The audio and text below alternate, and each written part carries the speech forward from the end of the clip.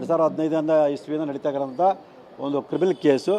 ನಾನು ಮೊನ್ನೆ ಲೋಕಾಯುಕ್ತ ಅವ್ರ ಜೊತೆ ನಾನು ಸ್ಥಳ ಮಾಜರಿಗೆ ಹೋಗಿದ್ದಾಗ ಅದು ವಿಷಯ ಮರೆತೋಗಿ ನಾನು ನ್ಯಾಯಾಲಯಕ್ಕೆ ಹಾಜರಾಗಲಿಲ್ಲ. ಹಾಗಾಗಿ ನ್ಯಾಯಾಲಯ ಒಂದು NPW ಇಶ್ಯೂ ಮಾಡಿದೆ. ಏನು ಮುಂದಿನ ದಿನಗಳಲ್ಲೇ ಒಂದು ಅರ್ಜಿಯನ್ನು ಸಲ್ಲಿಸಿದ್ರೆ ಒಂದು ₹100 ದಂಡವನ್ನು ವಿಧಿಸಿ ಅದು ವಾರೆಂಟ್ ವಾಪಸ್ ಬಿಡೋದು. ಅದು ಸಹಜ ಪ್ರಕ್ರಿಯೆ ಹೊರತು ಏನು ಆತಂಕ ಪಡುವಂಥ ಭಯ ಪಡುವಂಥ ವಿಚಾರ ಅಲ್ಲ. ಸರ್, ಈಗ ಲೋಕಾಯುಕ್ತ ಅಧಿಕಾರಿಗಳು ತನಿಖೆ ಮಾಡ್ತಾರೆ, ಸೊ ಅವರಿಂದ ಏನಾದರೂ ನಿಮ್ಮ ಮೇಲೆ ಒತ್ತಡ ಇರುವಂಥದ್ದು ಆ ರೀತಿಯಲ್ಲಿ ಕಂಡು ಬರ್ತಾ ಇದೆಯಾ?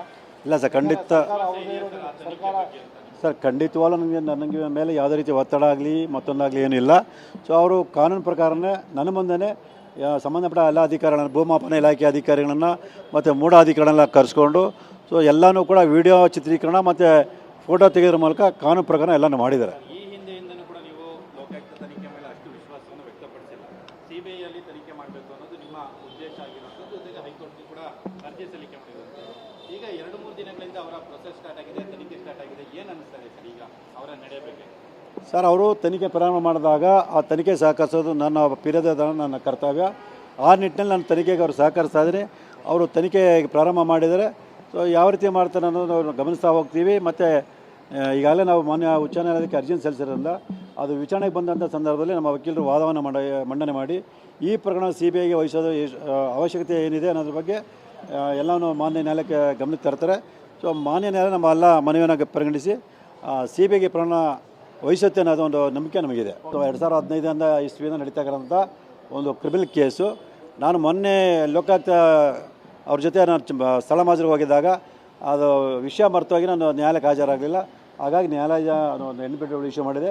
ಏನು ಮುಂದಿನ ದಿನಗಳಲ್ಲೇ ಒಂದು ಅರ್ಜಿಯನ್ನು ಸಲ್ಲಿಸಿದ್ರೆ ಒಂದು ₹100 ದಂಡವನ್ನು ವಿಧಿಸಿ ಅದು ವಾರೆಂಟ್ ವಾಪಸ್ ಬಿಡೋದು. ಅದು ಸಹಜ ಪ್ರಕ್ರಿಯೆ ಹೊರತು ಏನು ಆತಂಕ ಪಡುವಂಥ ಭಯ ಪಡುವಂಥ ವಿಚಾರ ಅಲ್ಲ. ಸರ್, ಈಗ ಲೋಕಾಯುಕ್ತ ಅಧಿಕಾರಿಗಳು ತನಿಖೆ ಮಾಡ್ತಾರೆ, ಸೊ ಅವರಿಂದ ಏನಾದರೂ ನಿಮ್ಮ ಮೇಲೆ ಒತ್ತಡ ಇರುವಂಥದ್ದು ಆ ರೀತಿಯಲ್ಲಿ ಕಂಡು ಬರ್ತಾ ಇದೆಯಾ?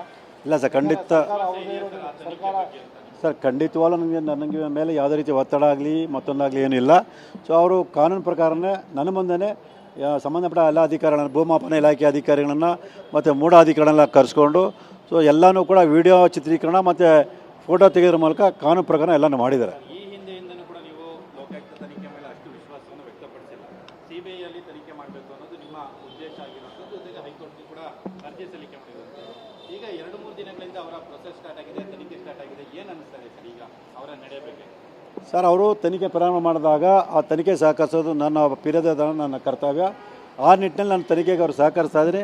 ಅವರು ತನಿಖೆ ಪ್ರಾರಂಭ ಮಾಡಿದರೆ ಸೊ ಯಾವ ರೀತಿ ಮಾಡ್ತಾರೆ ಅನ್ನೋದು ನಾವು ಗಮನಿಸ್ತಾ ಹೋಗ್ತೀವಿ. ಮತ್ತು ಈಗಾಗಲೇ ನಾವು ಮಾನ್ಯ ಉಚ್ಚ ನ್ಯಾಯಾಲಯಕ್ಕೆ ಅರ್ಜಿಯನ್ನು ಸಲ್ಲಿಸಿರೋದ್ರಿಂದ ಅದು ವಿಚಾರಣೆಗೆ ಬಂದಂಥ ಸಂದರ್ಭದಲ್ಲಿ ನಮ್ಮ ವಕೀಲರು ವಾದವನ್ನು ಮಂಡನೆ ಮಾಡಿ ಈ ಪ್ರಕರಣ CBIಗೆ ವಹಿಸೋದು ಅವಶ್ಯಕತೆ ಏನಿದೆ ಅನ್ನೋದ್ರ ಬಗ್ಗೆ ಎಲ್ಲನೂ ಮಾನ್ಯ ನ್ಯಾಯಾಲಯಕ್ಕೆ ಗಮನಕ್ಕೆ ತರ್ತಾರೆ. ಸೊ ಮಾನ್ಯ ನ್ಯಾಯಾಲಯ ನಮ್ಮ ಎಲ್ಲ ಮನವಿಯನ್ನು ಪರಿಗಣಿಸಿ CBIಗೆ ಪ್ರಕರಣ ವಹಿಸುತ್ತೆ ಅನ್ನೋದು ಒಂದು ನಂಬಿಕೆ ನಮಗಿದೆ.